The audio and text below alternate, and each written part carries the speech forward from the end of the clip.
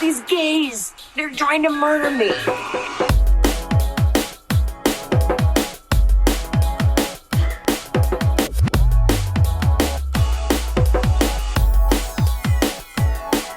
What do I think of her? Yes? I don't think of her. Read about that in the New York fucking Post.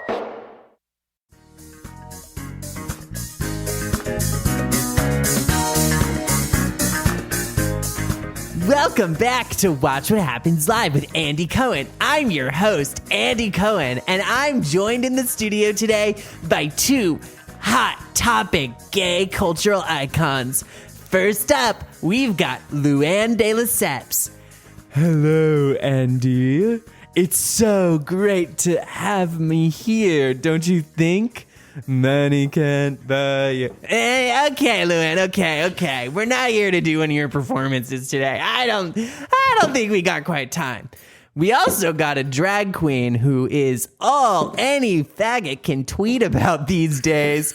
I love her on RuPaul's Drag Race. You might hate her. It's Plain Jane. Andy, it's very interesting that you chose to wear that suit today. Do you think you look good? I love this suit. It's Tom Ford. Interesting. I think you look fat. Whoa, Plain. I saw that voice of yours and that tone of yours on that RuPaul show. I didn't think you were going to turn it around on me.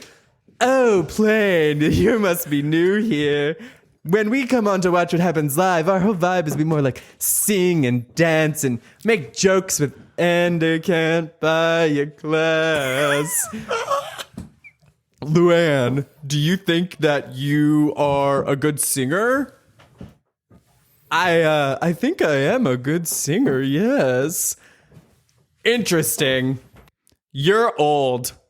Whoa, Plain. We haven't even drank our first cocktail yet.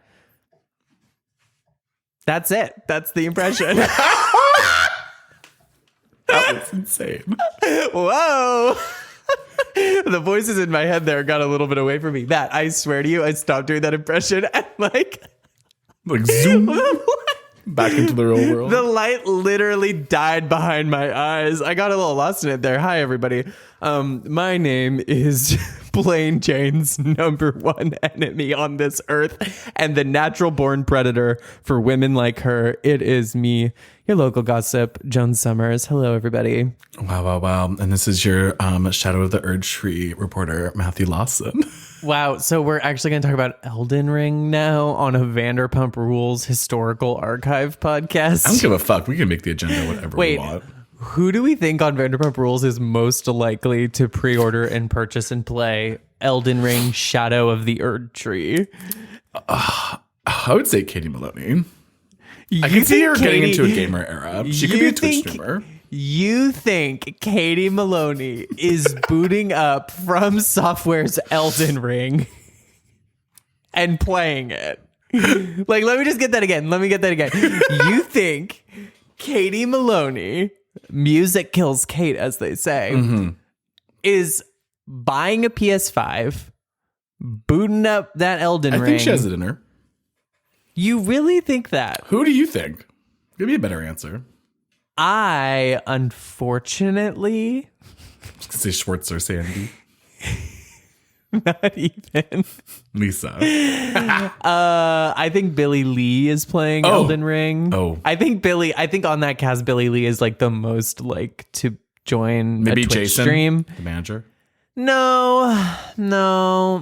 I think Peter plays Elden Ring. I can see Peter having sort of like a gamer like vibe about him. Like he's giving like one one of those Fortnite, older, maybe like leaderboard. You think Peter is playing Fortnite?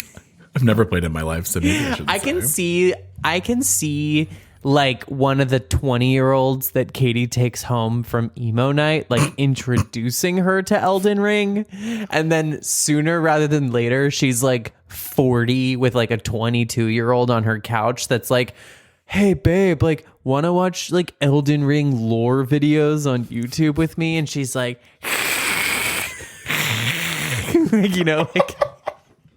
burning down the house with him inside of it. And the whole while, we as viewers are asking, like, why don't you just date girls yet? Like, come on, like, get on T. That's what I'm you can be saying. the gamer boyfriend. Yeah, that's it. I really don't think Music Kills Kate knows what Elden Ring is. I mean, Godspeed to all of them. Godspeed Right. to you specifically. I know you're about to start that journey again on your As if we weren't PS5. texting about Shadow of the Erd Tree just hours ago. As if you and I, know, haven't but been talking about this game. I'm for pretending months. for all of the men that have hit me up because of this podcast to have sex with me that I'm much cooler than they have heard me be on this podcast because I tried to sort of she's in that era right now. I'm reinventing myself. I have thrown all of my video games in the closet. Sure. I've gone back into the closet as a gamer. You just said you restarted Witcher, by the way, like 2 days ago. So let me check that PlayStation activity friend monitor page. I blocked you on PlayStation so you couldn't see me when I'm playing or when I'm online.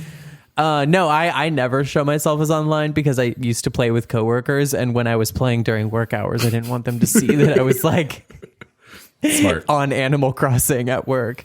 I'm back in the closet as a gamer. I've never played a video game. I got a blowout yesterday and a haircut, and I got my nails done, and I got my legs She's back to being the cool girl who doesn't know what I went, a video game is. I went, you know what? I'm never playing a video game again.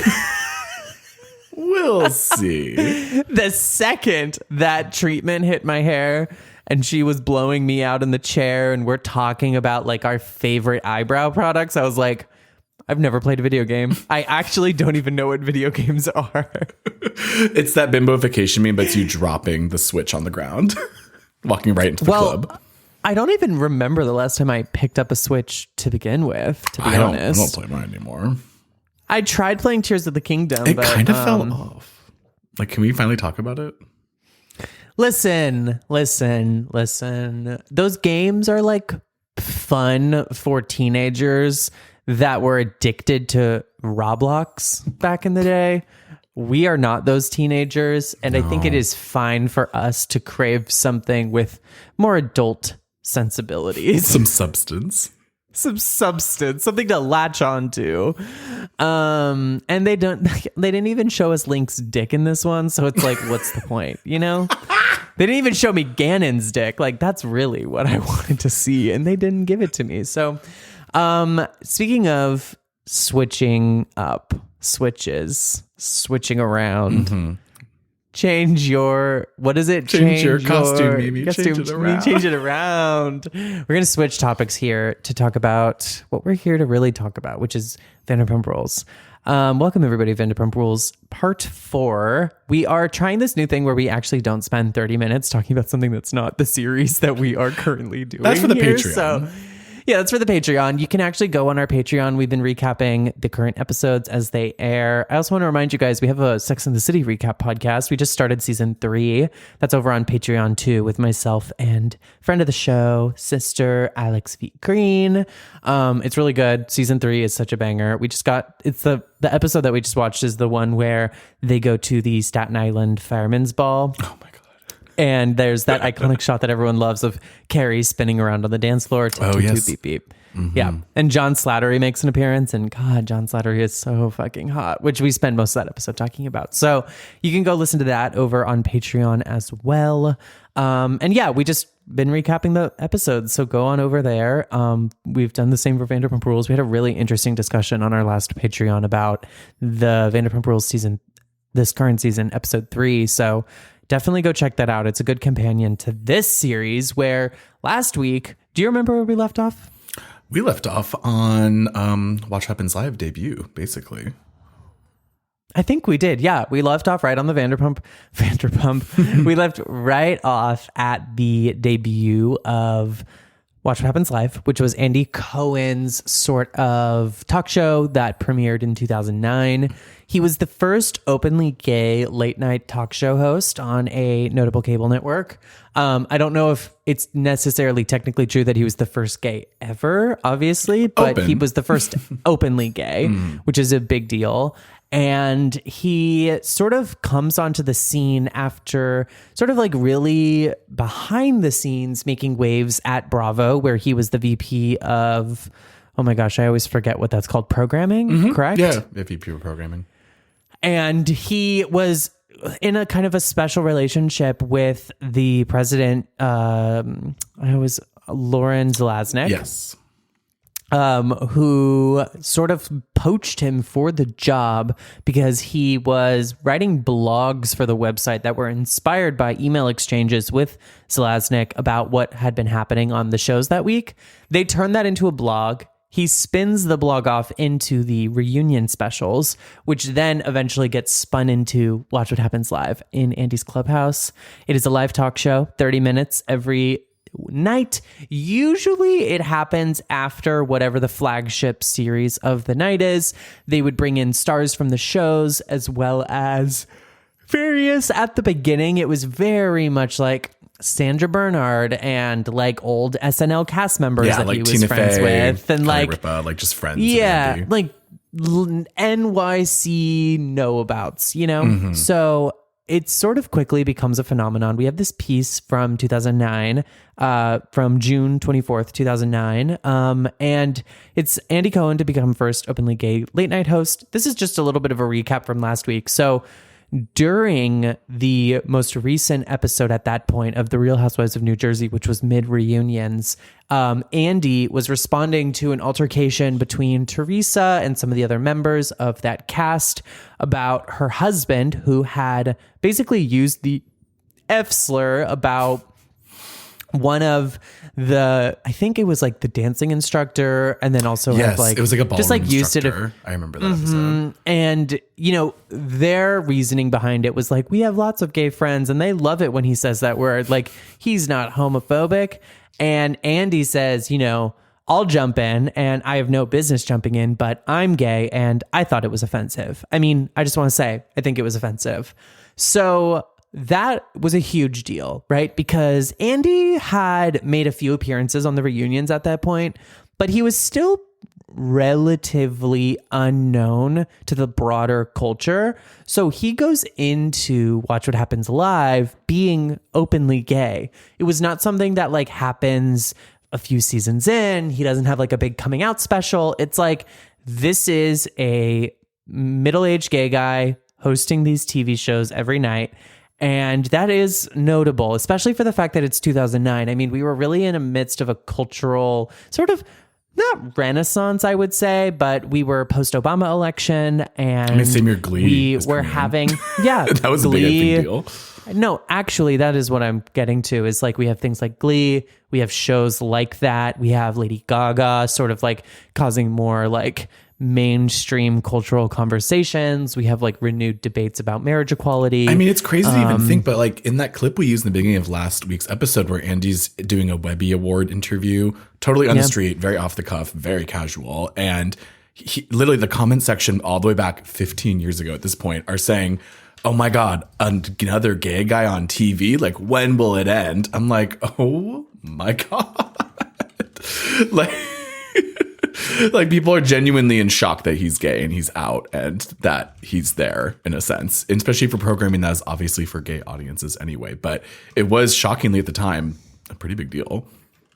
Yeah, no, and it was a huge deal. So he had been discussing being gay as early as 2007, but it was a big deal in the fact that it was on a very, very, very, very popular, highly watched TV show. So on July 16th, about a month after this Mediaite little write-up about this, Cohen will host the midnight Eastern Standard Time Watch What Happens Live on Bravo.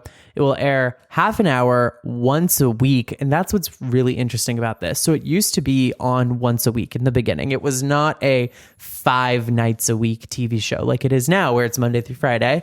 It'll, quote, include guests from some of Bravo's most popular series, as well as from the world of entertainment. And I like what they'd say here, quote, discussing Bravo's reality series. Okay.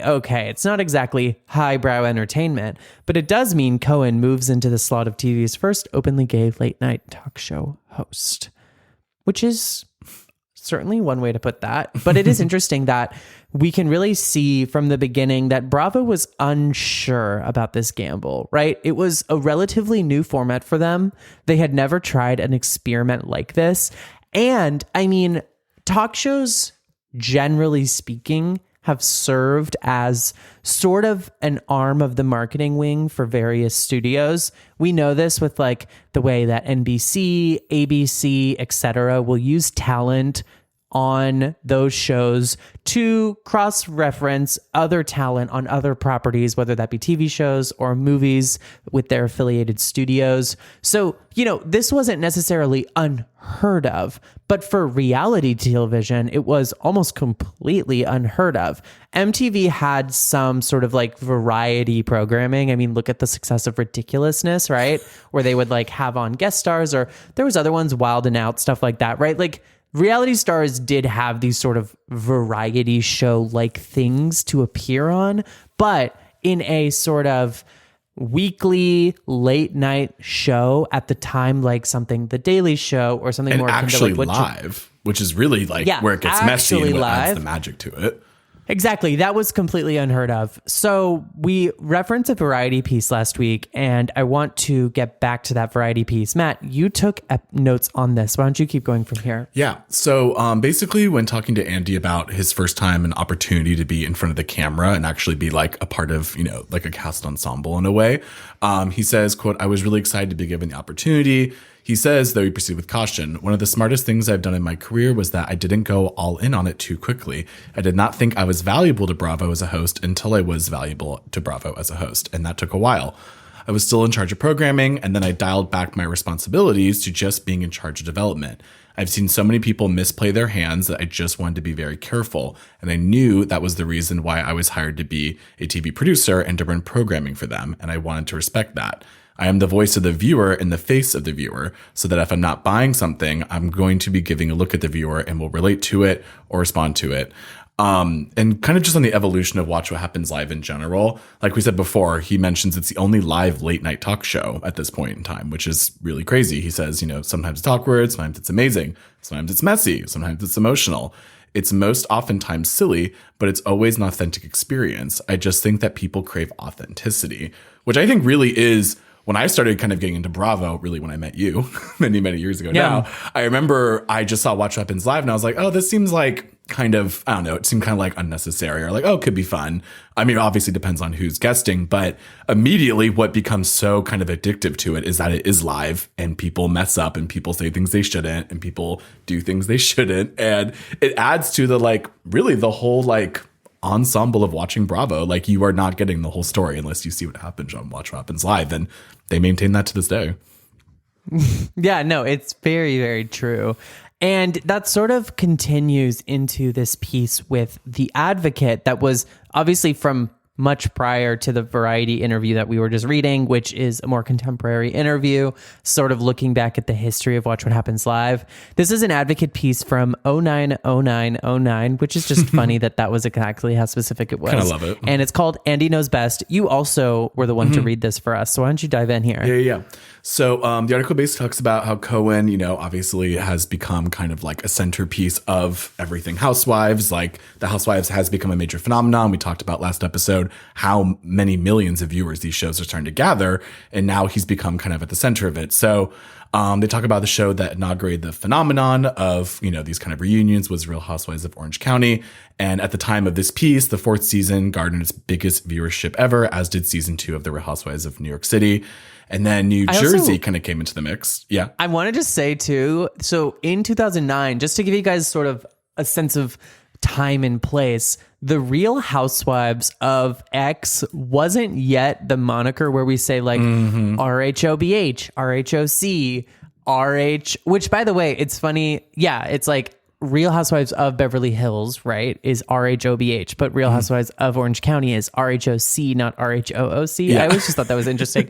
But that hadn't yet been coined as the term du jour for these shows. The Advocate actually says TRH New York City, TRH New Jersey, TRH Orange Which is County. like, as you can see, not as good branding as we later get into, No. where it's like hashtag No. RHOP or hashtag RHOC.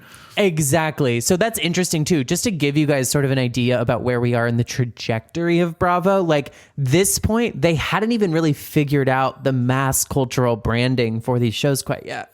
Yeah. And at this point, like we just mentioned, New Jersey now comes into play and ends up being one of the highest rated first seasons of the Housewives. So like they're getting enough attention to where they can drop a new franchise. Highest rated. And it's like an instant success. Highest rated of all time at that point. Which is crazy. And then, of course, we have the July premiere of Atlanta's second season, which again was also ended up being one of the most watched premieres in the franchise.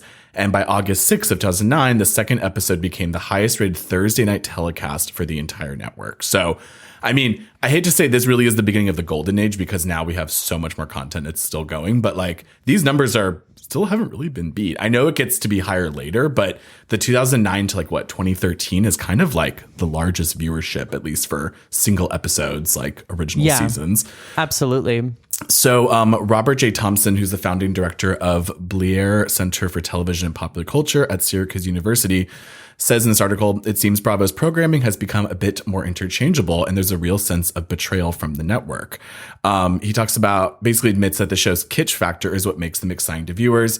Talks about the campy title, Real Housewives paired with New Jersey. It almost gives me goosebumps to utter it, but it delivered. According to Cohen and company, Housewives is providing its gay viewers with exactly what they crave and expect from the network. Faux, aspirational, self-referential, self-parodied, relatable entertainment.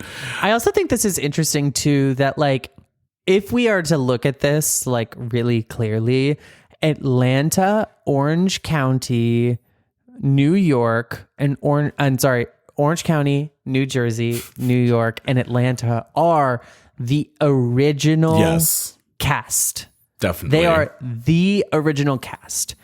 Watch What Happens Live was set to air sort of coinciding with Atlanta, but I would say that Beverly Hills is actually not one of the original shows because I would think of Watch What Happens Live as the sort of milestone where I would say everything prior to Watch What Happens Live is original Bravo Real Housewives programming, and everything after is like golden age programming where we have like Beverly Hills, Vanderpump Rules. Like those are not original Housewives. They're not original era shows under Andy and Zelaznik.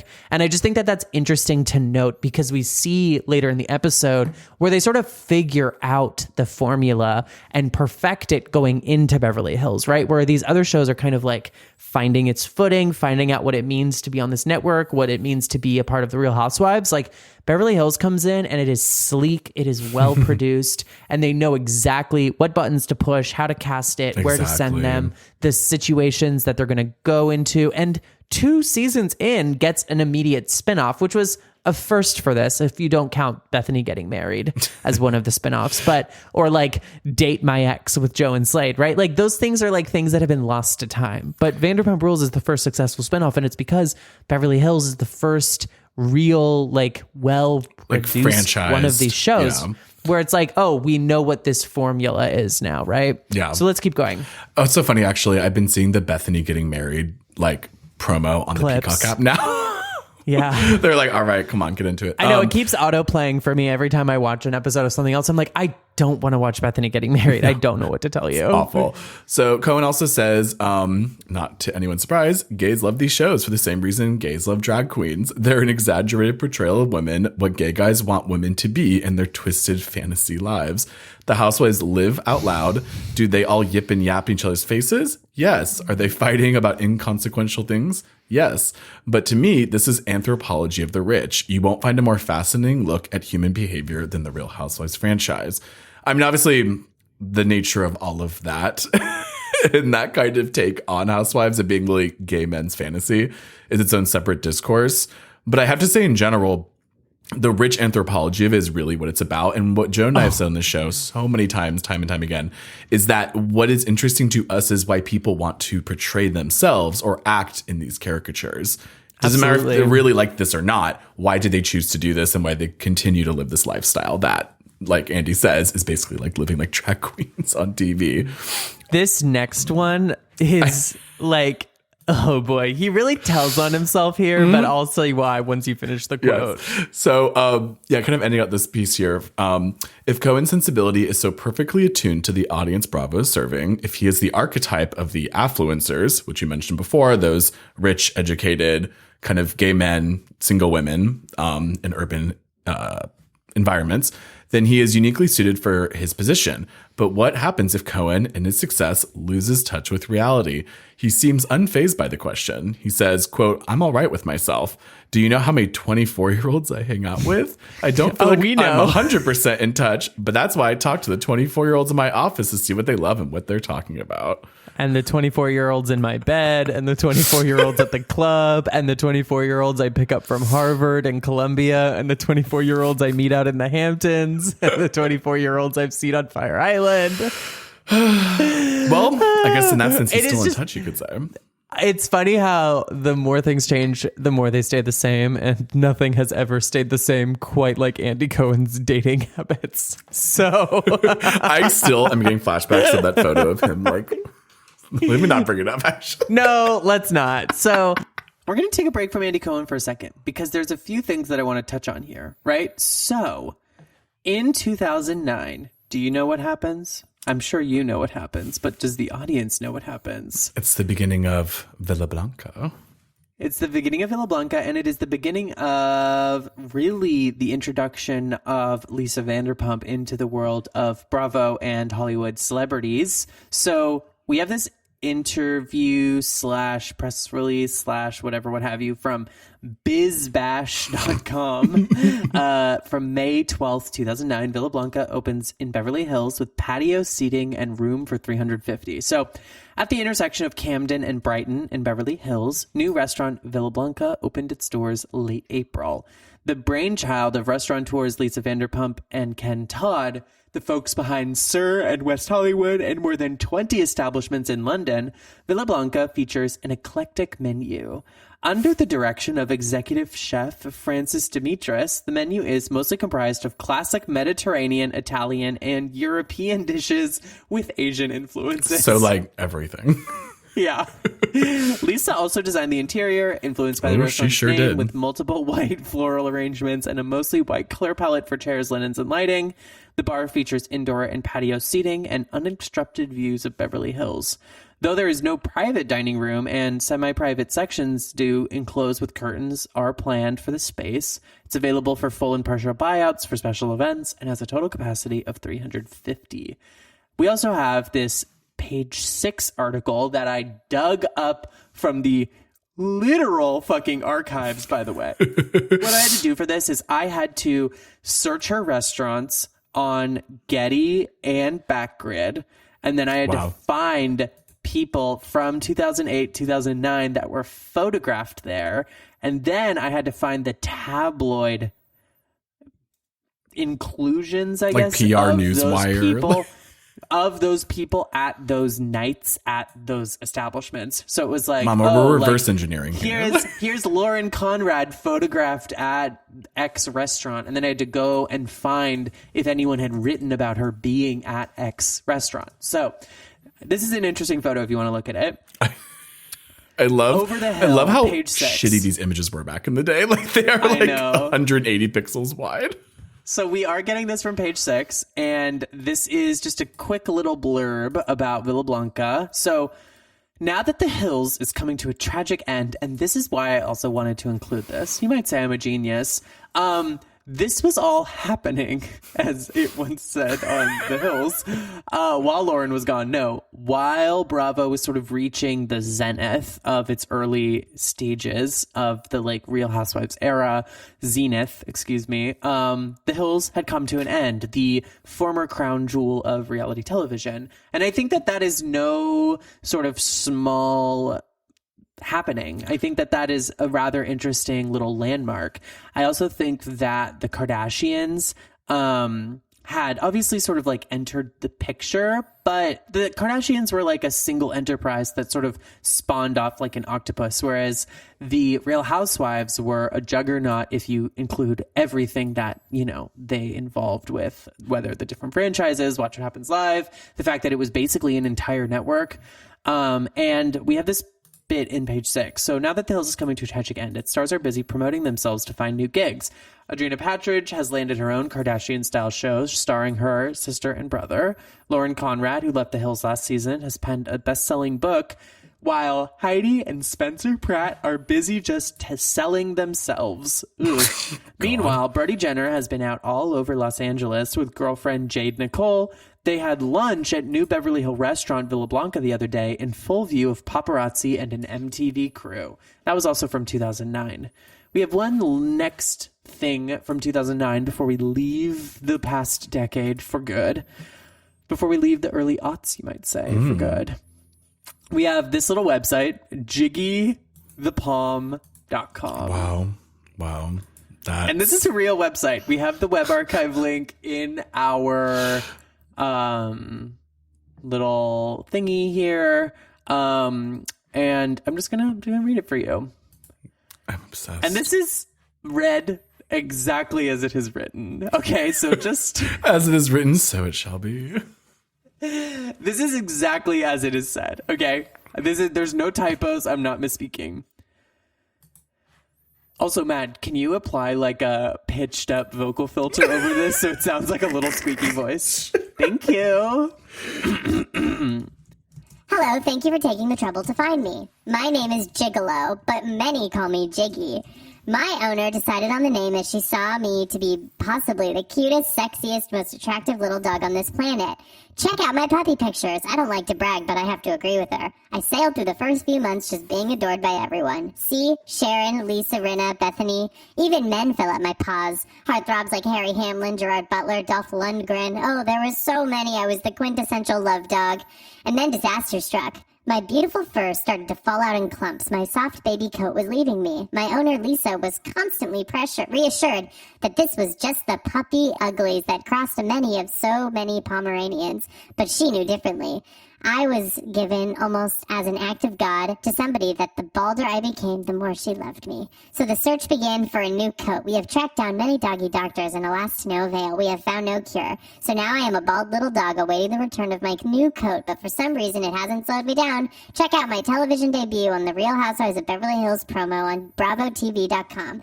I would prefer if you avert your eyes at my nude scene. Why would anybody want to see me being bathed? I don't know. I am almost in every episode of The Real Housewives of Beverly Hills. I suppose you could say I'm one of the stars. I love to be carried everywhere. I, of course, wear sexy outfits as would befit a gigolo, and am happy in front of the camera and even make personal appearances. Thank you for following my story. Woof. I love on their website, win a date with Giggy. Who the fuck was clicking that? Oh, see, you know how old this is too? At the bottom, it's still kind of active on the web archive. There's like a widget for sharing, and you can share it to their Facebook, Twitter with like the original logo, Dig, Delicious, Google Buzz, MySpace, Yahoo Buzz, Windows Messenger, Stumble Upon. I'm like, woo! This is practically like ancient text. No, this is okay. Wait, I love Giggy with celebrity friends. Oh, wow! I love how like all those friends are like other housewives. Harry Hamlin, Lisa Rinna. Remember, Lisa Rinna was friends with Lisa Vanderpump, and we know how that turned out. So it's just sad that all of these different photos are no longer here. So starting the new year, starting the new decade, on January 7th, 2010, there is a New York Magazine article titled The Natural. And we are going to jump into the new decade here. Matt, you took some notes on this. Why don't you walk me through this? Sorry, the way that this starts already is like taking me back. If the cable network Bravo were a man, he would be urbane, witty, and well-dressed, with a fondness for the sort of news one would call soft. He would, in other words, be Andy Cohen, the peppy permatan gentleman in the photo above. Cohen has been the network's senior vice president of original programming and development for 4 years. More recently, he began hosting the Real Housewives reunion show. We know that turns to Watch What Happens, et cetera, et cetera. It's unusual, sir, sure, says Frances Berwick, Bravo's executive vice president, of Cohen's move from behind the scenes. We call Andy our pop culture pundit. He's charming, articulate, and speaks amusingly about things that are relevant to our viewers. Cohen's TV appearances grew out of emails he sent from Bravo president Lauren Selaznick in 2007. As we said last week. I was going to say, yeah, he was sending dishy reports from the set of the show. And she was like, you got to start blogging for us. And it all comes from there. He said, ultimately, it's not my job to judge the Housewives. We don't editorialize on the show. We really leave it to the audience. We have a certain wink, which is the Bravo wink.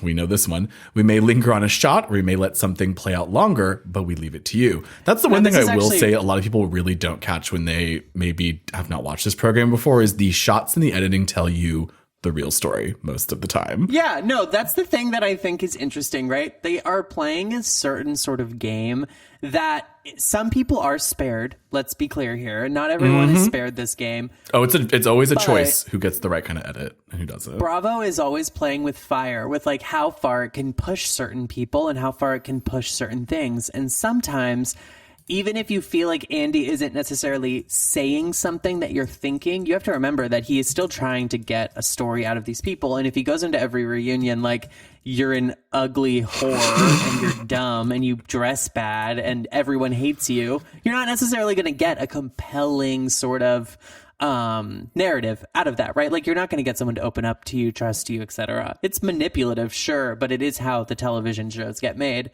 And this wink gets used in a lot of different ways, whether it is zooming in on what toothbrush Sonia Morgan is using to clean the inside of her bidet, or like kind of like fixating on a stain on Tom Sandoval and Ariana's old apartment's carpet, or zooming in on a supposed cum stain on Joey Bottle's curtains in a recent episode of Southern Hospitality. They remember on Southern Charm when they zoomed into the pile of tissues next to Craig's bed? Yes. It's like, wow, okay, we didn't even need to see that, but got it. Yeah, it's like sort of like a wink. But the wink gets also deployed in other ways that have been finessed since this article came out, which is during the reunions, another wink that I would say is like the repetitive use of like, I never said that. Cut to a video of me saying that, you know, that is Classic. Also the wink, right? It's like we can't in this moment play this clip because we don't necessarily have it on hand, but we are going to show it to the audience to be like, no, don't worry. We know what you're thinking. We know that she said this. We know that this is what was going on. We know that this is how that actually happened. We know that so-and-so didn't push so-and-so first. So that's interesting that he brings it up here, but that wink, I think, is why a lot of those original seasons of the shows and Bravo as a whole has been so successful with the sort of people that it initially attracted, because that wink was part of the fun. It was part of the irony of the shows. It was part of the look and feel and aesthetic of Bravo that separated it from a lot of other TV shows of its time. And that's why I feel like, and this is a whole other conversation that we will not get into, but that's why I feel like a lot of the production companies have led astray from that wink, because instead of a wink, it's a full on like editing montage, like artistic choice of, I shouldn't even call it artistic, but they do that thing like Potomac or Vanderpump where they do a full like hacking scene or something. They'll bring like effects and like graphics and they do this like whole moment where I'm like, okay, so it's now your turn to speak, editors. Like, I don't think we need that. Keep it subtle. I think though that part of the reason the art of subtlety has been lost, and I will say this, and I stand by this, I don't care if everyone hates me for saying it, but it is because television watching audiences, generally speaking, have become dumber. Yeah. Like, not dumber. Well, they want as the like, spoon-fed confirmation. We're not talking like IQ. Yeah, we're talking like as a whole, media literacy and reading comprehension are abysmal online. And so things have to be very plain, very direct. Everything has to be straight to camera, spoken directly, plainly, no hint of irony, no hint of sarcasm, no playfulness, no sort of subtlety, no subtext. It all has to be like way very, very much out in the open. And I would say that that's one of Potomac's weaker elements, is that it isn't a very subtle show the way that older episodes of Real Housewives of New York was subtle, or even older episodes of Atlanta were subtle, in sort of just like the letting the conversations play out between the women and not necessarily like sort of like overplaying certain things and like letting some things kind of go. I think they sort of devolve a little bit in season 5 where they like will do like the montages that just like play back to back to back, callbacks to Who Gonna Check Me Boo over and over and over again, right? So Like irritating. Most shows I think around season 5 sort of lose that subtlety, but in the beginning when it's like fresh and everything feels exciting, it is one of the joys of watching an early season Real Housewife before everyone sort of figures out what's happening to them. You know? My favorite tropes they used to do all the time is when they'd zoom in on them like fiddling with their rings. Ugh, yes. I live when they do that, talking about their husband who's like not doing shit, and they always zoom in on them holding the ring slightly, taking it off and putting it back on. Like, ugh, that's art. Like in the most recent season of Vanderpump Rules, when Sheena's sort of like, you can like she's in the pool and you can feel her tensing as Ariana sort of like lays into her about Tom Sandoval, and you're like, just like the way that she's like, you can feel her drink, like her hand tighten around her drink, and like the like subtle like puckering of her lips. You're like, oh, that is so delicious. Like the little subtle body language. I will say the VPR editors are doing better this season, I think, in that regard. I'm enjoying it. I'm glad that we don't have any like, here's our like 90s game show and like. Last season was so bad. Season 9 was so bad. Once they actually like change the filter and like do a like border or something, like they change the chirons, I'm like, stop. So Andy says here that despite all of the different kinds of talk shows and commentaries and reactions, I mean, this is the era of the soup, mind you. He says that he's very confident that Watch What Happens Live has longevity. He says Bravo will also have longevity, given that, quote, the show's audience is of close to 1 million viewers, and it has already been picked up for 22 more episodes. Quote, I love that we're live. That's very definitional, and we have a voice that's not represented anywhere else. It's part of me, not all of me, but the fun part.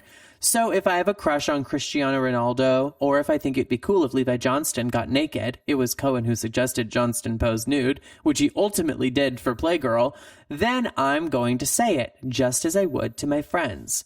Quote, clearly, rather than luck, Cohen has had a head-on collision with destiny. Quote, I don't have a lot of self-doubt or cracks in my self-confidence, but putting yourself out there every week and throwing your opinions around on TV would cause you to maybe go home and say, who the hell am I to say anything? That's us every podcast. I've had that feeling a couple of times, and it's not the most fun feeling to doubt yourself, but the truth is, it's a blast. I mean, Thursday night is my favorite night of the week. It's just interesting to also remember that Watch What Happens Live was not a nightly show in the beginning. I know. They did being once a week. That's wild. That is so weird now because I feel like Watch What Happens Live is just like almost ritual at this point. But you know, that also was when there was only like 1, maybe 2 Housewives airing at a time per week instead of now where it's like 7 different shows at once. So I just want to say, just to situate us. So at this point, like late last year, they are teasing the fact that there is going to be, late last year meaning 2009, they teased the fact that there is going to be a potential Beverly Hills spinoff. And NeNe Leakes is asked about this at the Pop-Tarts sponsored, Rihanna hosted Pepsi Refresh Project kickoff party at Live in Miami. Let's get that again. Pop-Tarts at the Pop-Tarts Rihanna hosted Pepsi Refresh Project kickoff party at Live in Miami. That's crazy. That is a crazy sentence. So NeNe says, quote, if they do the Beverly Hills Housewives, they'll all be all plastic. Big lips, fake tits, tummy tucks.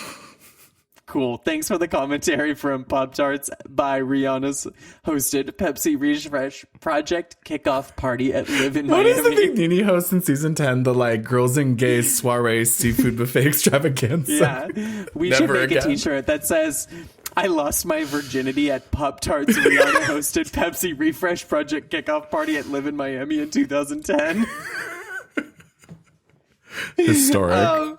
So Bravo's Watch What Happens Live. This is from the Futon Critic a little bit later in June.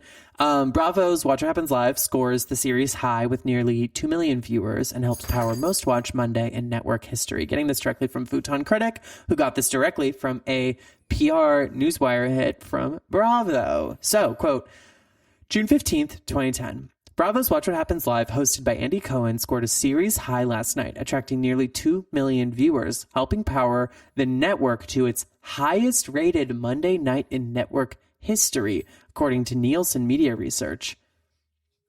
Last night's episode of Watch What Happens Live delivered a record-breaking 1.91 million total viewers and 1.25 million adults 18 to 49, making it the highest episode of the series in all key demos. Watch What Happens Live bested its late night competition. Now, this is really interesting. Daily Show with Jon Stewart, Lopez Tonight, and Chelsea Lately by double digits in all key demos. The late night interactive talk show has averaged 1.35 million total viewers for the past 10 weeks.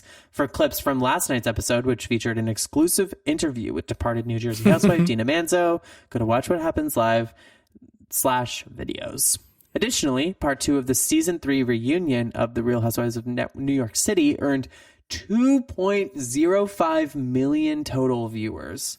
That is so much comparatively to what they get now. I know. We also have the third and final part of the Real Housewives reunion special, which airs Thursday, June 17th, etc. Finally, last night's episode of Real Housewives of New Jersey, which featured the partner of Jersey girl Dina Manzo, delivered 2.75 million total viewers for just like a random episode of Real Housewives of New Jersey. It's crazy. What was the finale Can episode? you imagine? No, it wasn't. Yeah, it's the last night's episode of... Oh, you're right. Sorry, it was the departure of her. I forgot. Yeah, never mind. Yeah. So that's directly from Futon Critic. That's just to kind of give you an idea of where we are now, right? So I also just, because I'm trying to situate us at like where we are in Bravo's development, some key things happened in 2010. And as I was saying, 29 was sort of like the final year of old Bravo. New Bravo really kicks into high gear in 2010. So famously, that same month, that same summer, a little music video drops on the internet. A little video that certainly did not make an impact whatsoever and has never been uttered again by anybody. It goes a little bit something like, money can't buy your class. Money can't buy your class. Elegance is learned, my friends. Elegance is learned, my friends. So, LuAnn de Lesseps drops Money Can't Buy You Class that June. It leaks online first, actually, but then it goes live. The demand. People were at the seams, feverishly waiting. I wanted to just read this quick thing here. So they interview, I think, the music video director for it, and they're like, how did it leak online? That's so weird. And they're like, it was a very select group of people, so I have no idea how it possibly leaked online. Okay. Like it's Tim Cook and the iPhone or something. Okay. Oh, weird. This music video just leaked. So weird. I wonder who leaked it. I don't know. So weird. So it's a big week a big month, for New York City specifically, but also Bravo. It's in the news not just because of LuAnn's Money Can't Buy You Class, but also because an episode of TV that changes the network's history happens within a month of Money Can't Buy You Class airing, which is famously the Scary Island episode of Real Housewives. I mean, this is like a landmark moment. But that's what I'm saying. Don't you see how it's crazy that in 2010 we have Money Can't Buy You Class, Scary Island, and the premiere of Beverly Hills all in one year. Christ. That is some real heavy hitting. Matt, the first season of Beverly Hills, this is including the dinner party from hell. So in 1 year, we get Scary Island and the dinner party from And then hell. OC, if it's on season 4, we're getting the naked wasted moment, which is another landmark moment. And then, oh my God, I mean, Dina then leaving, or Manzo Dina leaving. Yeah. Well, she left last year, but you know what I mean. Oh, no, that was still No, from that was this 2010. year. Yeah. And then Atlanta, so- I mean, my God, every episode's iconic. The first few seasons. Holy shit. So this is from Bazaar, Woman on the Verge, Killoren, Bensimon. If there was any woman on the Verge. This is from Harper's Bazaar, and it is from July 13th, 2010. So the episode had aired almost a month prior to this.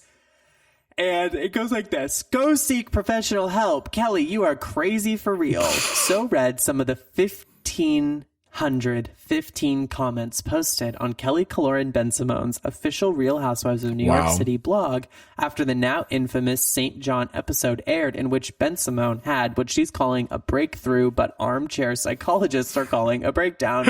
I am not crazy. I am unpredictable, Bensimon says. Quote, I am not in therapy. It went from an everyday scene to all of a sudden Housewives, Big Brother style.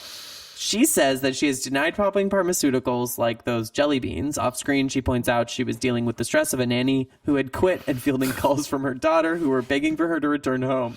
Quote, I think it was deeply disturbing. It seems like she had a break of some kind, but I can't exactly say what it was, says Andy Cohen, Bravo's programming chief, who denied Bensimon's claims that she felt, quote, literally forced to go on the trip. She was not forced to go to St. John by Bravo or the producers. That's untrue. I mean, she was, unless there was a gun held to her, she did not have to go. No. Quote, I don't have any regrets. I'm glad I went on Housewives because the show has made me more known. Well, and this is, if you might say, in a week when Tom Sandoval just dropped two we haven't even talked back to about back that. in the New York Times and an Interview magazine, in which he compares himself to both George Floyd and O.J. Simpson. I mean, and I think he says in his own words, they're not the same, but they kind of are, aren't they? In a week when this is going on, I think this next sentence from Kelly is sort of prophetic, almost like 15 years in the past. Quote, you say, oh, yeah, I don't have any regrets, blah, blah, blah. Then she says, quote, you say crazy Kelly, that search engine's going to go bananas. But if you say sweet Kelly, it's not going anywhere. Continues Bensimon, shrugging off criticism of viewers for whom reality TV is a blood sport. Oh my God. You have to laugh. If you say crazy Kelly, that search engine's going to go bananas. I mean, truer words have never been spoken. So we also have this fascinating, speaking of the Real Housewives of Beverly Hills, as well as the New York Times, this article / interview with Andy Cohen from the New York Times, 10-10-10, which again is just like last year we had 090909, now we have 10-10-10.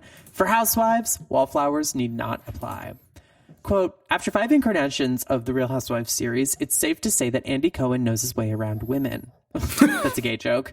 As senior vice president for original programming and development for Bravo and the host of the cable network's self-referential Watch What Happens Live, he helped stir the pot, overseeing catfights, the marital meltdowns, and even the fisticuffs that have become de rigueur among the ladies who lunch and feud in Orange County, New York, Atlanta, New Jersey, and Washington. Washington had premiered that year as well. Quote, it's about women who live in the most famous zip code in the world. They're wealthy beyond anything we've seen before, and they're pretty much all moms. Many of them are successful business women, and they're all friends. To say that we're going to do the Real Housewives of Beverly Hills is a daunting task because it seems almost too obvious. It's such eye candy. It's dazzling to look in these women's homes. I wanted Beverly Hills to pass what I call the Jackie Collins test. We wanted the city and the Housewives to be aspirational. We wanted other women to look at them and think, I want that. So why don't you ask this next question from the interviewer? They ask, history has shown the Housewives usually go in as friends and come out as something else entirely. Do these women know what they're signing on for? We cast women with very strong points of view and something to say, so I think it's natural to go into this wondering how it's going to go down. We cast women who are going to let us into their lives and let us into what they're thinking and be unfiltered. We don't cast women who are going to edit themselves. The shows are produced by a variety of companies. How do you keep the Bravo brand intact? What's common is that our production team at Bravo, Sherry Levine, Christian Barcelos, and I, is involved in all of the Housewives series. The show has a format, and we developed it with Evolution Media that is stylistically very clear. But the way the shows are structured, there's an editorial and a storytelling sense that you can't necessarily put in a storybook. We're trying to let the audience in on the fun of the story. So sometimes there's an editorial wink.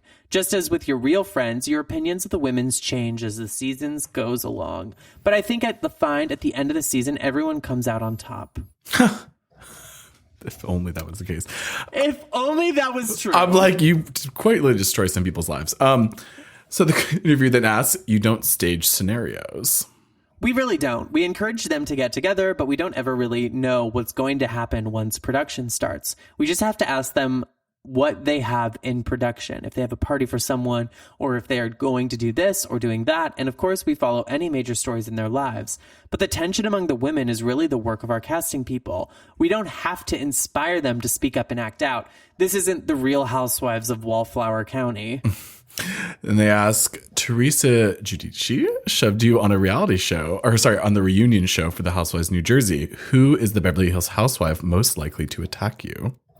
Attack me? I don't know. I will say that Adrienne Maloof comes off as a very strong-minded businesswoman and just very strong in general. Okay, he's calling her manly, but she doesn't seem the type to try and take me out. I mean, her first scene is her like boxing and like like beating a God, doll Adrienne up. Maloof, what a blast from a literal past. So this is huge, right? Because like this is now, they are full in the swing of promoting the new season of Beverly Hills. We sort of get a sense of who these women are going to have on. We're having Adrienne Maloof, who is a basketball owner, co-owner, married to a very famous plastic surgeon, sort of comes from like Beverly Hills royalty. She's rich. I mean, rich. A lot of them are. Rich. Lisa Vanderpump, especially when it starts. We have Lisa Vanderpump. We have Kyle Richards and Kim Richards. And we have Taylor Armstrong, who is married to, I believe Russell was a lawyer, right? Mm-hmm. Yeah. Was he a lawyer or was he a businessman? I mean, we know that it was a house of cards in the end. He was an investor. Oh, okay. So we are going to now talk about one other thing in 2010 before we started playing into what happens with Beverly Hills, where it is, I think, a real turning point for these shows, right? One of the things that is sort of like the marker of more mainstream culture is when SNL spoofs something. I don't think that that's necessarily true of everything, but you definitely know that if something has sort of pierce the cultural veil and sort of become something that people will talk about around the water cooler, is something that people will find some sort of commonality with, or, you know, are all sort of watching in unison. You kind of always see that reflected on SNL, especially back then when SNL was much better than it is now. I mean, SNL has just gone through so many changes and with so many cast shakeups, you know, it hasn't always had its footing, and I'm not here to like litigate the entirety of SNL, but SNL in the 2000s was pretty fab for a while. Yeah, there's a lot of still pretty funny. Look at clips. how many people spawned off of SNL in the 2000s that are still major cultural figures. So Real Housewives, for the first time ever, gets spoofed on SNL in 2010, specifically Saturday, November 1st, 2010. For the opening of SNL, Andy Cohen actually played himself in a skit where the various women of SNL, past and present, including Tina Fey, Maya Rudolph, Anna Gasteyer, Amy Poehler, and like a million others, Kristen Wiig, all of them, are all playing off of each other and sort of like, you know, pretending like they've all moved on and like they come back and they play like different women archetypes. Like, you know, we have one who's sort of playing the Teresa Giudice. We have one who's playing the, oh my good God, what is her name? Like Lisa Vanderpump? Caroline Manzo. Oh, of course. Lisa Vanderpump wasn't on TV just yet. Oh, enough yes. for this That's to like have been written just at the time. started. Yeah, but we have like a Caroline Manzo, we have a Teresa Giudice, we have a Bethany Frankel, and yeah, they're all sort of like playing archetypes. Kristen keeps talking about how Maya ripped her hair out. We have a segment where Julia Louis-Dreyfus phones in from California to talk about almost running over Andy with her limo and shooting a sex tape. There's like a Kim Zolciak impression. It's pretty funny if you go back and watch it. It's like very of its time. But that, I think, is like a huge moment for these shows to sort of get recognized by SNL, right? It is the very first time that SNL has ever did a Housewives spoof. They go on later, I believe in 2012 or 2013, if I'm correct. It might be 2013, to do the Real Housewives of Disney sketch that is quite popular now. But this is the very first time, and it is also very notable because it is the reunion format, and it is Andy Cohen playing himself. I think that is really like Andy Cohen sort of gets that stamp of approval from like a much more mainstream audience. And I can't imagine that this definitely helped ratings, or at least like bringing in people or kind of solidifying what people already thought of these shows. Absolutely. So, I mean, it must be said now. as well that SNL is NBC, and thereby they have the rights to all the programming under Bravo. In the background of this, Andy Cohen is still promoting Watch What Happens Live. He's promoting the new season of Beverly Hills. And the Beverly Hills cast actually make national news and get a bunch of like early feminist women's media blogs written about them because they go on a Sirius XM talk show. I believe it was the Judith Reagan show. Yep. And they talk about like what kinds of plastic surgery they've got. Kim Richards says, quote, well, according to my sister Kyle, I need a nose job, Botox, and a mini tuck. Kyle defended it, saying it's, quote, sisterly advice. Then comes clean, saying she has a nose job. No. Also, Botox and Restylane. Adrienne Malouf says that she has Botox, fillers, boobs, and a nose job. Kim also says that she's gotten Botox and breast implants. Lisa Vanderpump, however, is not as transparent as the rest of the women. She says, Judith, I plead the fifth, but then says that she has a bucket of Botox in her face. Taylor Armstrong, quote, was brutally honest, quote, I know, just start from the top, right? You should have seen what I looked before. Oh, God. I mean, scary. She has filler, Botox, breast implants, the like. I mean, So, famously, there's that also- episode. I think it's in season we're not done. 1 or 2. We're not done. Wait, what? We're not done. Oh. Camille Grammer, quote, is a bit gun shy, attempting to invoke her Fifth Right Amendment. This is directly from Radar Online. Then pressed, she joined her co-stars in full disclosure. Oh, God, what have I done? Breast augmentation, Botox, just a crock full of Botox. I think it's Camille, though. Correct me if I'm wrong. Or maybe it's Adrian. No, I think it's I love that Adrian. you say Who do- Camille. What was that? I like that you say her name is Camille. I was like, who's Camille? Camille No, Grammer. Camille is on a Hillen journey. Yeah. But no, see, Camille and Adrienne Malouf of the Malouf Haloof. If anyone remembers. Maloof Hoof. Remember the Maloof Hoof? I do. Doesn't she host a like plastic surgery party, basically? Like Yeah. she has like millions of dollars worth of equipment in their house. Yeah, because of her, husband on Botched. So I definitely just wanted to bring that up because, as I said, a bunch of different like feminist and like women's media blogs were like written about this, where they're like, do you think that women should be this honest about what plastic surgery they've gotten? God. I don't know. It's making me really uncomfortable that we have people advertising plastic surgery on TV. Like, what kind of effects will it have that they're advertising all the procedures that they've gotten? Like, what'll happen when people normalize plastic surgery? And it's like, wow, the conversation about that has really changed. in Really 14 changed. years. I mean, like, changed so it is quite normalized much. now. Like we are living in the what happens Now when you it becomes can get normalized. Klarna for a boob job. Like you could pay for Botox with Afterpay. Like, I feel like I'm speaking for a lot of people when like it, maybe it's just because it's coming in California, but it is almost like generally expected to have some type of procedure by a certain time in your life. Not like in a get your boobs done, get like a full facelift, but like at least they'll kind of light work is pretty much like, I don't know, normal at this point. then why don't you have any? Because I'm 28 still. Okay, so what does that say about me? Well, Are you so wait. Here we go. You think it's too young to get full body plastic surgery? How old was I? I just don't think there's nothing I know I would do. I don't know Wait, what I would how old do was at I in this point. 2021? Was I 25? 26? I think I was 26. Well, you have very different goals than I do. I have very different goals than you do. Okay, work. I know what you're trying to do.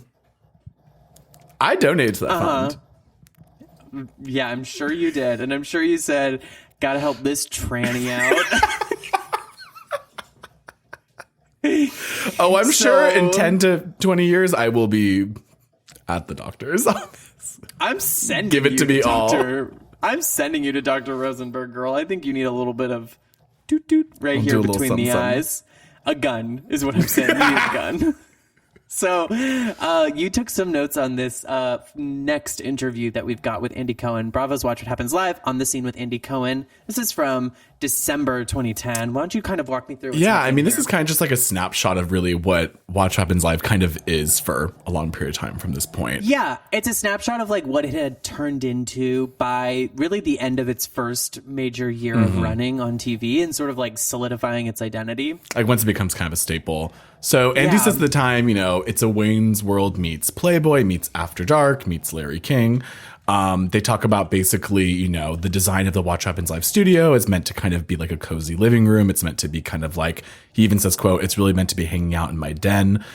He wants that familiarity. He wants to be comfortable. He wants to feel like you're really just hanging out with your stars, which, really is part of the genius of it all. He talks about in this episode, specifically they have Anderson Cooper and NeNe Leakes on as the guests. And of course, at the time, they're very much like, why would you put these two together? Like, what do these two celebrities have in common? Exactly. And of course, it's much more than you'd think. So in between talks on how to Dougie, which is really, again, dating the show, Leakes is, very much having a good time on the show. Obviously, booze is being offered aplenty. A big part of Watch Happens Live is that they have been drinking and are drinking while the show is being aired. And of course, there's a lot of fun between Cooper and Leakes. They, have admiration for each other. Obviously Anderson Cooper is kind of like impressed and like amazed by NeNe Leakes' star power, as all of us were at the time. And of course, you have NeNe Leakes as the cameras are rolling, and before and after, as this article kind of points out, it's not an act. This is really what it's like the whole time this is being produced. She's doing like, oh, you're such a silver fox. You're so beautiful. Aren't you gorgeous? Like asking the audience, isn't he pretty? And of course, like we said, anything you see on camera, the flirting, batting of the eyelashes was present during the commercial breaks, during the after show as well, where there's an additional 15 minutes where viewers can ask questions that kind of keep that fun, campy attitude. And of course, you can't miss that the audience is also getting booze as well. They're basically having members of the crew double as wait staff. They're asking for people's drink orders as they film. The energy is very much not serious, Andy says. We don't pre-interview our guests. It's all very unscripted. It's very live. There's nothing else live at night at this point, in the media landscape. The spontaneity is something that really attracts people. Something that we've definitely seen as the years go on, that some people are a little too tipsy as they film the show, and it leads to a lot of crazy moments. And I think it's also funny to think that Anderson Cooper and Andy are still literally 15 years later still having this with their New Year's Eve specials where they're like, let us drink because it makes us act absolutely insane on the show. Absolutely. And it is like a huge kind of part of the formula is you don't really have celebrities taking drinks, driving with the audience, like having fun in this way live regularly on TV. There's really nowhere else like it that you can get it here. Yeah, no. So we actually have one other article that we're going to talk about here, and that's very true about Watch What Happens Live, right? It is such a uniquely Bravo experience, and Andy Cohen, from reading his books for this show, but also just like from reading everything that everyone has ever written about being on Bravo, it is like an energy unlike any other. It is so short, right? If you don't include the after show, it is so quick. It's 30 minutes, right? And there's the breaks and everyone's drinking in between. Andy is hyped up. These guests are just rammed with questions and games and skits and audience phone-ins. In the beginning, prior to the introduction of Zoom into sort of the format of Watch What Happens Live, like people would literally phone into the studio like a radio station, and they would play their phone call over the loudspeakers so that the guests and Andy and everyone on TV could hear it. And that was that was so new for the time. There's so many good moments right? where someone calls and they do pre-screen the question they're going to ask, of course, and they'll literally get on the phone and be like, so actually, like, why are you such a whore? Yeah, wait, what they're was like, that? wait a minute, Wasn't there hold on. Isn't there an iconic moment where Kim calls in from like the Bahamas to attack NeNe? There's also one where someone asked Kim Zolciak specifically, why do you look like you're 54 years old? When you say you're 35, and they're like, oh, that wasn't the question you were supposed to ask. Yes, I found it. Oh my God, please. I'm going to play some of this right now. Okay, now NeNe, you have a book out next week, okay? I do. This is the book. It's super sweet. It's called Never Make the Same Mistake Twice. I want to read you something that you say about Kim in the book. You say, Kim wouldn't know how to make a dime if you slapped her with a bucket of change. Every dollar that chick has is somebody else's husband's money. Okay, so that's something you throw out about Kim in the book. And we have Kim on the phone. Kim, are you there? I'm here. Oh my God, Kim, we have 20 seconds left. What's up? Wow, NeNe, I can't believe that you think my money is from married men. That's really a trip to me, and that I was a drag queen. No, we didn't say you were a drag queen. Okay, we're gonna move you are this. So wrong. You need we're gonna move again. this conversation to BravoTV.com next but week. your money Dwight is and from Vanessa married men. Hudgens You right do not here. work a job.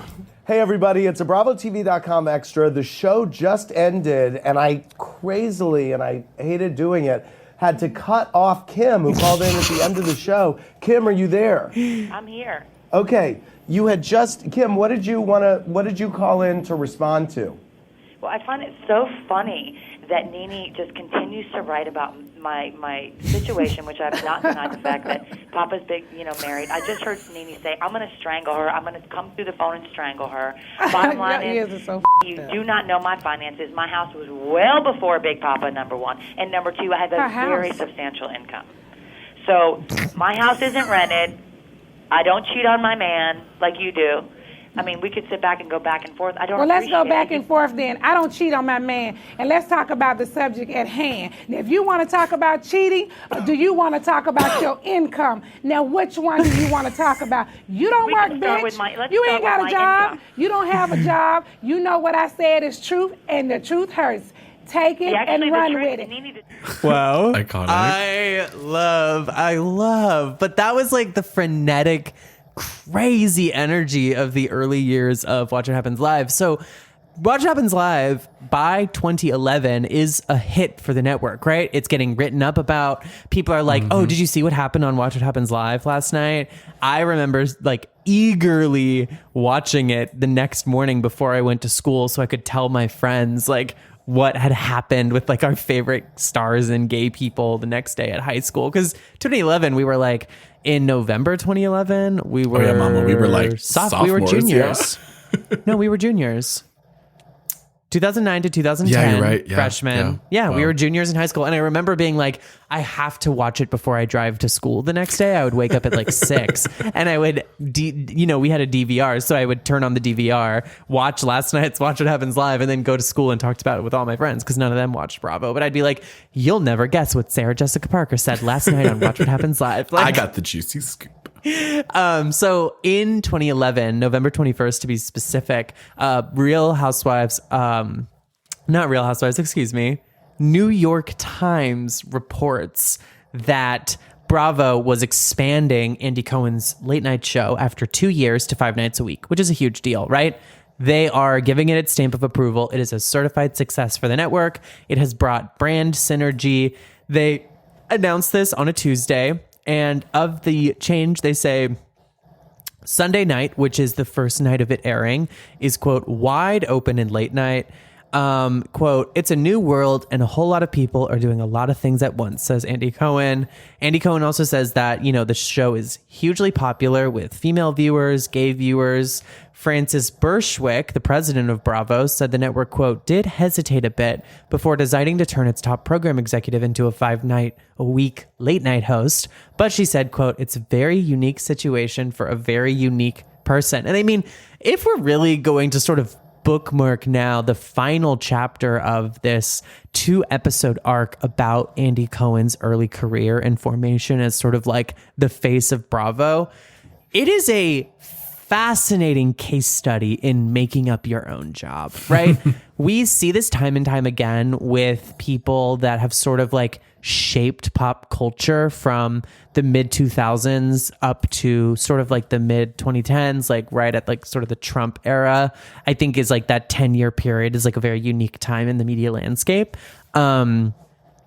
And I think that we see like Andy Cohen go from like a literal executive vice president title of a TV network to hosting a boozy, cocktail laden talk show with like gay people and Real Housewives with drag queens bartending 5 nights a week. Like, that is It's honestly hard to believe. Unprecedented. It's crazy. Like, this is a guy who was like sitting in like meetings at the NBC offices to like plan out the like fall programming schedule, and suddenly they're like, yeah, why don't actually we give you a talk show where you unbutton your shirt all the way down to your belly button and flirt with John Mayer and talk about how famous gay guys should have sex with you, all while everyone in the audience gets blackout drunk, and then you have an after show where people call in and fight with you on air. Like, let's do that. Like, It's that's crazy. And it's still happening today exactly as Yes! you described. Like, nothing's changed. Yeah, no, literally. And, you know, he, in this move in 2011, now, this is something that's very interesting. So Andy Cohen stays on as executive producer for a lot of the Housewives shows that he was the originator of. Yeah. And he stays on as an executive producer of Watch What Happens Live, but he actually gives up his title of vice president of programming, which means that when people are like, oh, Andy Cohen is their boss, he's actually not their boss. I was going to say, that's kind of funny when they say that. They mean it more in like a cultural sense, I guess, that like Andy does have sway, but... He is their boss in that he is the figurehead of the network that employs them, but he is not the one mascot. Making. And he is like very clear that like unless he is like directly producing the shows, he is not involved in hiring and firing decisions. Those are left up to the production companies, right? Like, he is not in charge of that, even though I think a lot of people be like, Andy Cohen, she should get fired. Andy Cohen, fire her. Like, he's not the one signing their checks. He is getting paid from the network the same way that they are, right? Exactly. Like, and I do think he has obviously like say, I'm sure. Obviously, I think it's all shadow work and smoke and mirrors about who really has power at that network. But I think that is an interesting thing, that like that is a myth that gets propagated for like a decade, that he is still the one who is in charge. I mean, even just with Monica recently, they're like, oh, this is the moment you can tell Andy was going to drop her. I'm like, no, it's not Andy. That's like, not really Andy how it works. Cohen isn't, he has no, like, he's not in charge of the company that produces Salt Lake City. Like, isn't it Shed Media? Mm-hmm. Like, he's not an owner of Shed Media. He's not a senior at Shed Media. Like, that's Shed Media's job to do that. So yeah, we're going to end there.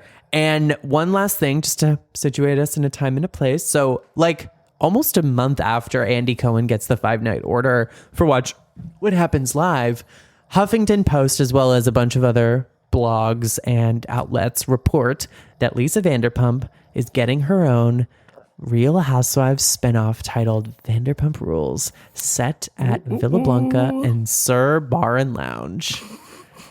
Dun, dun, dun. January 18th, 2012. I got that from HuffPost, and we'll get into it more next week. But what an exciting development. What a thrilling episode. It's interesting to kind of take a little bit of time away to talk about Andy and sort of that like early years at Bravo. I really thought it was important to kind of like situate us in like the culture that Vanderpump Rules gets developed inside of, and the push at the network to modernize that it represents alongside Beverly Hills and the 5-night-a-week Real House Watch What Happens Live development. So just saying, we got big things in store. This is episode 4. I love that in episode 4, and we technically have not talked about Vanderpump Rules.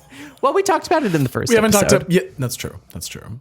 But we talked about it in the first I am so episode. excited to get into next week, like who these freaks are. Yeah. So without giving away too much, we have been getting like, oh, you haven't talked about this, or how they know this person, or how this person is this person. It's like, like, hold on 1 minute. Just you wait. Yes, I know all about James Kennedy's father. You don't have to tell me. Well, that's all I've got. Do you have anything you want to promo besides please go watch, like, and stream Elden Ring Shadow of the Erd Tree gameplay reveal trailer over on Bandai Namco's YouTube page? Joan trying to really do some revisionist history here, which I'm impressed with. But if anyone's going to be playing that day one, it will be you. Let's be honest. It will be me. It will be me. I'm going to get to the end and I'm going to be like, wow, I really loved the revised boss fight underneath the shadow Erd tree with Malekith the White Blade, who is the twin brother of Malekith the Black Blade, that you fight in the ruins above where the Beastman clergy is after feeding him 16 death root. But this time you have to feed him 16 life root, and you have to go through like the hidden tree stump to get to him. And I really like the sword that he gives you that's also a spear, and it is also a magic catalyst. And you're going to be like, I literally have no idea what you're talking about. The way I was like, I'll never forget. Yes. I'll never forget after playing Elden Ring and getting near the end. I was like, man, Mohg's palace was crazy. And you were like, what? You were like, I don't think I went there. And I'm like, you didn't go there with all the little blood guys? And you're like, no, I don't think I went there. Because Diva, you go so fast, like lightning speed through these games. I had to tell you, guys, go to this part of the map. There is a well. Go into the well. I'm not saying anything else. Man, nothing will ever, ever recapture that feeling of going down the well into like the Noxtella zone. Like nothing is ever going to recapture that feeling. I still get full body chills when I think about it. I saw in my YouTube recommended there was like a Noxtella live reaction compilation of just like streamers going down the well for the first time. We were all in our apartment gagging to the nines. Like we were screaming, yelling, pissing, shitting, crying when you get to Noxtella for the first time. Oh, well, that's all I've got. Do you got anything else? I ain't got nothing, babes. I got nothing, babe. Well, sending love and light to all of you. And I guess it's time to get the fuck out. Let's get the fuck out of here. 3, 2, 1. You know that it's our time. These are the best days of our lives. So just raise your glasses high. This one's for you tonight. Mwah. You've been listening to Eating for Free, a podcast created, co-hosted, written, researched, and produced by myself, Joan Summers, and Matthew Lawson, with original theme music by Sam Huntington of Crooks and Nannies. If you liked what you heard today, you can go to patreon.com/eatingforfree to get access to weekly bonus episodes, as well as access to my other podcast, Beautiful Women Updates, hosted by myself and Alex V. Green. You can also go to eatingforfree.com to get access to the links to our research from today's episode, as well as merch and so much more.